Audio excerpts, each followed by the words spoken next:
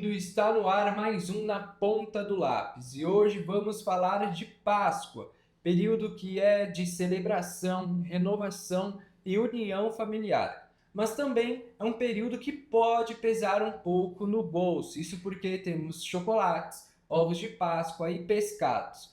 Estamos aqui com o planejador financeiro Ronaldo Lobo, que vai nos dar umas dicas para conseguirmos passar por esse período sem nos endividar. Ronaldo, muito obrigado por Eu que participar aqui agradeço. com a gente. A nossa primeira pergunta é: a Páscoa costuma ser um período de aumento significativo dos gastos. Sim. Qual é o principal erro financeiro que a população costuma cometer nesse período? Não só na Páscoa, mas quando a gente fala de feriados de uma forma geral, em relação a datas comemorativas, podemos dizer, o que acontece da maioria das que as pessoas cometem de errado?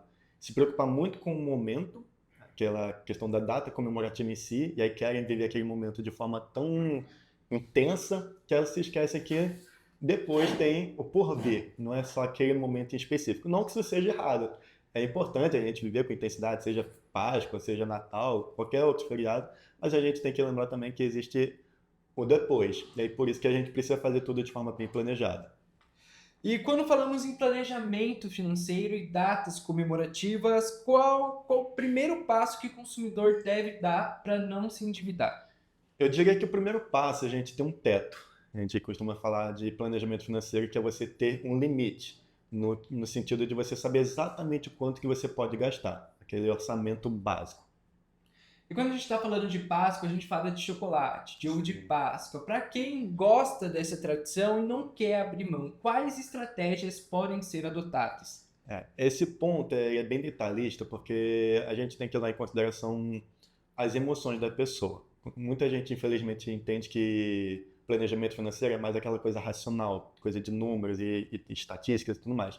Mas a gente tem que entender também que tem aquele lado mais sentimental da pessoa, e às vezes ela abdicar de algo pensando só no dinheiro, ela pode sentir carência de algo mais sentimental por dentro, podemos dizer de certa forma.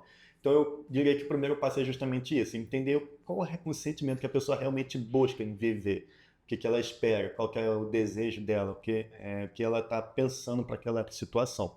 A partir disso, vem a parte realmente de entender ali o que disso tudo que eu estou vivendo, o que eu quero por trás, e aí a gente começa a entender já basicamente o que ela realmente está buscando. Se é um momento de alegria, se é um momento de descontração, se é um lazer, se é um prazer, se é um momento em família. E aí começa a surgir criatividade, começa a surgir ideias de que não necessariamente a pessoa precise gastar muito, podemos dizer de certa forma. Por exemplo, no caso do ovo da Páscoa, que é o que a pessoa gosta bastante, né, na Páscoa em si. Ela começa a optar por bombons ou por fazer o ovo de chocolate, talvez até o momento de fazer o ovo em família se torna até mais agradável do que só ir no mercado e comprar ele já pronto. Então, é nesse momento de entender o por trás que ela começa a ter mais criatividade, mais ideia de como melhorar aquele momento sem gastar tanto.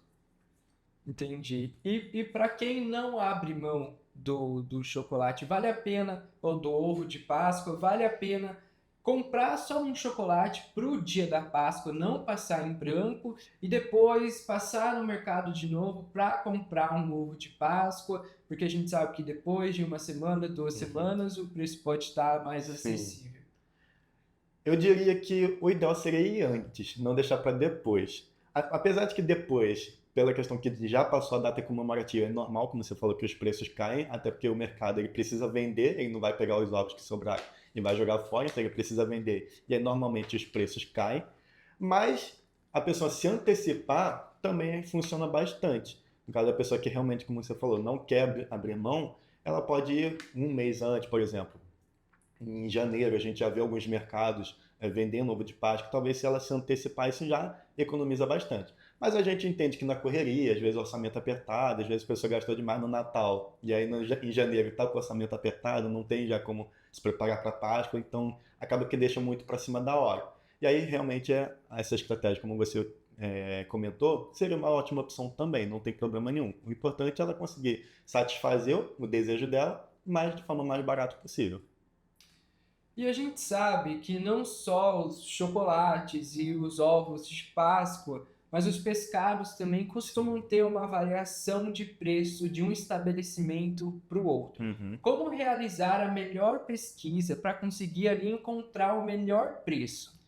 Essa resposta eu vou te dar tanto para o pescado como para o ovo. Para o ovo, eu diria que o ideal é a pessoa pesquisar não apenas preço, mas quantidade. Porque muita gente se ilude na questão de que, vou em vários mercados ver qual que é o ovo mais barato. Mas aí ela acaba pagando mais barato em uma quantidade menor, então ficou meio que elas por elas. A ideia é você pesquisar pelo preço, mas também pela quantidade, de forma que você encontre o equilíbrio. E aí, quando a gente fala do pescado, é similar, porém a gente sabe que, obviamente, um tipo de peixe custa mais do que o outro, e aí para a pessoa que ela quer viver aquele momento religioso, tradicional de ter o pescado na Páscoa, mas que ela não está tão, podemos dizer, é, presa nessa situação de ter que de um tal pescado específico, ela pode optar por outros tipos de pescado que com certeza vão ser mais baratos para ela também.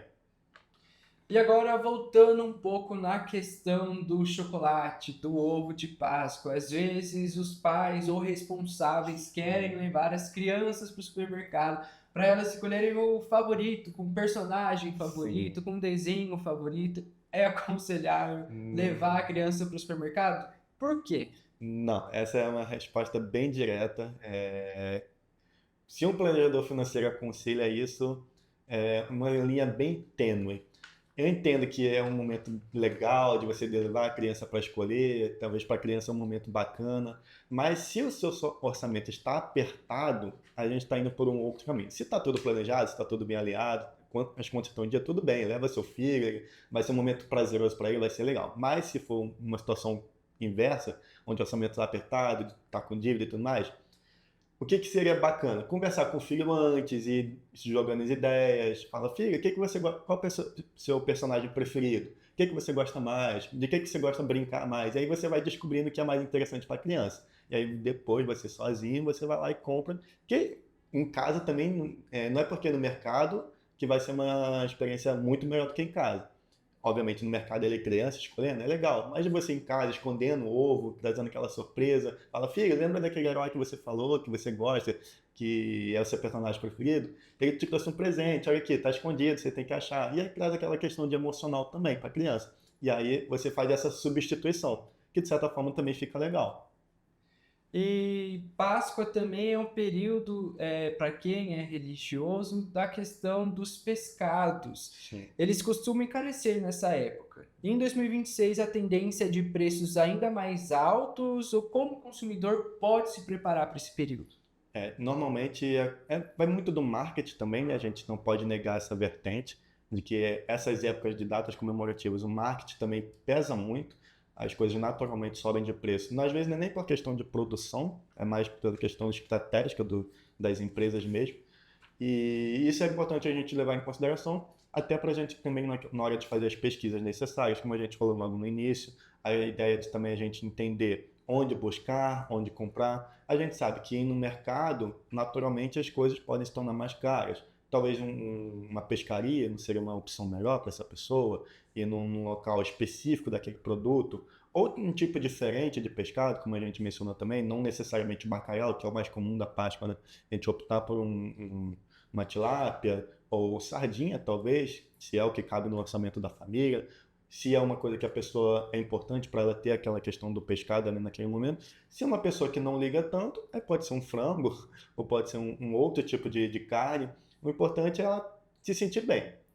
A ideia é ela se sentir bem e se sabendo respeitar o orçamento dela. Não desprezar as emoções dela. Quero deixar isso bem claro, que a ideia do planejamento financeiro não é a pessoa desprezar o que ela sente, porque senão volta aquilo que a gente falou. Ela acaba se preocupando tanto com o dinheiro, com o racional, e esquece o lado emocional dela, que também não é ideal. Até porque depois ela vai querer recompensar e acaba gastando mais. E a ideia não é essa. Então, se torna até um pouco parecido mais com a questão de nutrição também, para quem é da área entende mais, vai entender mais o que eu estou falando, mas é muito comparado a isso também. A pessoa ter aquela sensação de prazer, estar comendo aquilo que ela gosta, mas entendendo a questão de toda a nutrição por trás. E aí no planejamento financeiro a gente pode até comparar um pouco com isso. E você citou um pouco aí na sua resposta a questão do bacalhau, que Sim, ele se torna o item mais caro da sim. mesa quando se diz respeito à Páscoa. Quais substituições oferecem bom custo-benefício sem perder essa tradição? Eu indico muito a tilápia ou a sardinha, o atum também são excelentes opções, que de certa forma são um tipo de pescado que a pessoa ali vai ter como variedade. Não necessariamente vai abrir mão do peixe na Páscoa, mas vai ter ali algo que caiba melhor no orçamento dela. Comprar aparas ou lascas de bacalhau ou outros peixes é uma Sim, boa alternativa? sim, também. Que aí você, no caso, não está comprando necessariamente o produto específico, mas uma variação dele, que isso é excelente opção para economizar também. Quais outras estratégias ajudam a economizar na hora da compra do peixe? A questão da pesquisa, e aí quando eu falo pesquisa, é o principal, né? Podemos dizer de certa forma, é onde tudo se resume na hora de você conseguir economizar mais. Quando a gente fala de pesquisa, é entender aquilo que eu falei da quantidade pelo preço, não ir somente pelo preço em si, mas pela questão da quantidade também, mas principalmente regional. De que forma? A gente sabe que existem certas regiões de uma cidade ou de um bairro onde produtos são mais caros, mas pela questão do comércio, pela questão cultural até influencia também. E aí talvez você ir numa cidade diferente, ir num bairro diferente, fazer essa pesquisa territorial, podemos dizer de certa forma, também acaba que a pessoa consegue economizar mais. Aí a gente tem, no caso, também a parte do transporte, que influencia muito também, a pessoa tem que ver se vale a pena se locomover ou não, mas ela podendo ter essa opção de se locomover, de fazer essa pesquisa mais extensa, podemos dizer, acaba que ela consegue economizar mais também. E agora, para finalizar a nossa entrevista, qual é o melhor método de realizar o pagamento dessas compras? A Sim. gente passa tudo no crédito, parcela tudo, ou se tiver em dinheiro em débito, paga em débito. Qual a melhor forma de fazer o pagamento dessas compras? Vai depender muito do antes, de como que a pessoa chegou nesse feriado. Se ela já chegou com as contas muito apertadas, e aí o ideal seria ela conseguir pagar o máximo à vista que ela conseguir, para ela não acabar entrando no efeito bola de neve, onde as contas passadas embolam com as contas atuais, que aí vira um problema futuro. A ideia é justamente ela conseguir fazer uma coisa bem alinhada. E aí quando ela está nessa situação de contas apertadas, o máximo que ela conseguir pagar à vista, melhor, que aí depois fica só o bem mais em conta, o bem mais barato para ela pagar futuramente. Agora, se é uma pessoa que ela já está com as contas mais alinhadas, mais estruturadas, quanto mais ela conseguir parcelar, melhor, porque ela consegue diluir isso e a questão de você pagar de forma diluída se torna até mais econômica. E aí a gente sabe que tem outros benefícios de compra de cartão de crédito também, como pontos, milha. Então, aqui é um outro assunto, mas é uma vertente que acaba se alinhando também. Muito obrigado, Ronaldo. Obrigado pela disponibilidade de nos receber. Então, mostrando aí que com planejamento, pesquisa de preço, é possível passar uma Páscoa sem aperto financeiro. Esse foi o Na Ponta do Lápis dessa semana e te espero para o próximo episódio.